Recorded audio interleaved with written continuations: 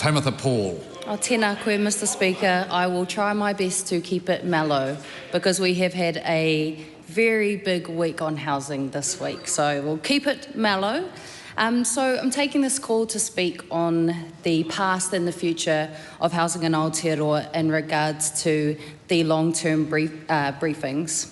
And I wanted to begin with this quote by New Zealand author Rebecca McPhee, who said, "In a single generation, New Zealand has transformed itself from a home-owning democracy into a society fractured by property wealth, because those who have it, between those who have it and those who do not." And in Treasury's He Tirohanga Mokopuna 2021 report, they said that sharp increases in house prices has exacerbated the challenges of housing affordability, especially for those seeking to purchase their first home. And this reflects the reality for many young people in Aotearoa who are choosing to move overseas where they can earn incomes that allow them to save up for a deposit and to service those regular mortgage payments. Because the reality in New Zealand is that if you don't have intergenerational wealth, if you don't come from a rich family, then it's going to be extremely hard to be able to scrape together the money for a deposit. And I think this contributes even more to an ageing population, which is touched on heavily in this report, because people aren't having babies. That's why our population is increasing, because it's too expensive and too unstable to raise a family under these conditions. And that's the sort of country that we live in, where there is very little class mobility, where a huge chunk of our country's wealth is concentrated in housing, and where our system is built around favouring those who are lucky enough to own their own homes. You used to be able to work really hard and save up enough for a home in Aotearoa, and now all of your wages are taken by supermarkets and the steep cost of living. And it's a massive shame to see our country's brightest and best moving overseas. But it's not just those at the beginning of their lives who are struggling, it's our kaumātua, our seniors in our communities who bear the brunt. And this is a key theme throughout this long-term briefing around how our kaumātua are living in this day and age.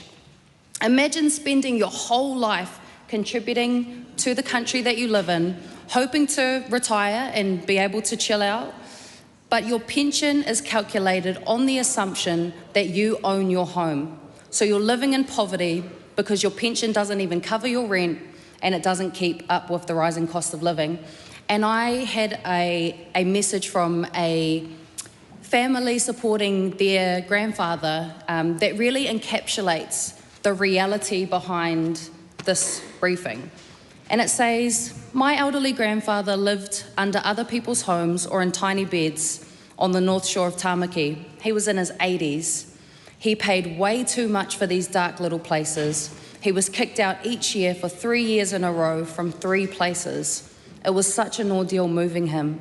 He wasn't eligible for funding for a place in a rest home and didn't have the money to pay for one despite being a successful businessman for many years. It was so sad seeing him shuffled along every year." And this is why we continue to advocate, especially for multi-generational housing. I think that's something we don't have in our housing stock, is that diversity. It's more about what the report said than what you're advocating, actually, Ms. Paul.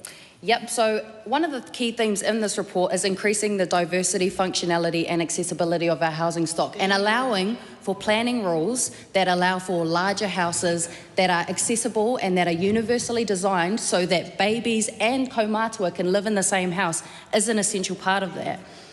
The other point that I want to touch on is housing trends for Māori and Pacific populations, another one of the 4 key points in this briefing.